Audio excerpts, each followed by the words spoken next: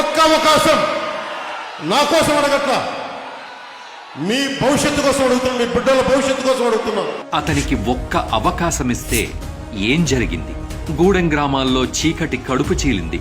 ఉప్పాడ తీరం గుండెకోత ఆగింది. కోనసీమ కొబ్బరికి కొత్త ఊపిరి వచ్చింది. అతనికి ఒక్క అవకాశమిస్తే ప్రతి పల్లె గర్వంగా తలెత్తి చూసింది. రహదారులకు మహర్దశ వచ్చింది. సనాతన ధర్మం తన ఉనికిని చూపింది. అతనికి ఒక్క అవకాశమిస్తే అమరజీవి జలధార ప్రాజెక్టు ప్రాణం పోసుకుంది.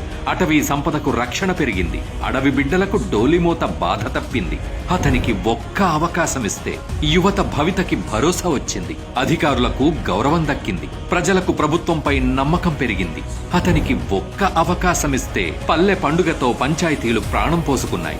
దేవాలయాలు నిత్య పూజలతో కళకళలాడుతున్నాయి. పిఠాపురంలో అభివృద్ధి పనులు పరుగులు పెడుతున్నాయి. సమస్య చెప్పుకుని ఇంటికి వెళ్లక ముందే పరిష్కారం గుమ్మంలో సిద్ధంగా ఉంటుంది. సార్ ఒక్కరే ఇది చేయగలరని నమ్మకంతో పార్టీ ఆఫీస్ దగ్గర మొండిగా కూర్చున్నట్టు చేశాం సార్. మీరు చేసిన సాయానికి మాత్రం ధన్యవాదాలు తెలియజేసుకుంటున్నాను సార్. ఇది ఒక రోజు ప్రయత్నం కాదు, దశాబ్దాల పాటు సాగే ప్రయాణం. అతని నేటి ఆలోచనలు రాబోయే తరాల భవిష్యత్తుకు పునాదులు. నన్ను నేను తగ్గించుకోకపోతే 3,500 కోట్ల రూపాయలతో పల్లి పండుగ 1.0 చేసేవాళ్ళమా? 4,000 కిలోమీటర్లు రెసిసి రోడ్లు వేయగలిగే వాళ్ళమా?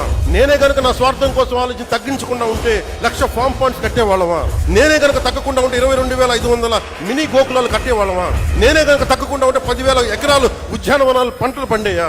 1,500 అభివృద్ధి పనులు మొదలుపెట్టా విజయవంతంగా ఇది కూడా పూర్తి చేస్తామంటే నేను తగ్గి రాష్ట్రాన్ని పెంచాను, మీకు అందరినీ పెంచుతున్నాను. ఇది పుస్తకాల్లో చెప్పిన కథ కాదు, ప్రజలు చూసిన నిజం.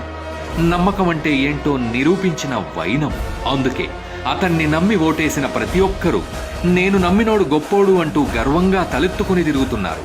బ్రతికున్నంత వరకు సేనాని వెంటే మా ప్రయాణమంటూ ఎలుగెత్తి చెబుతున్నారు.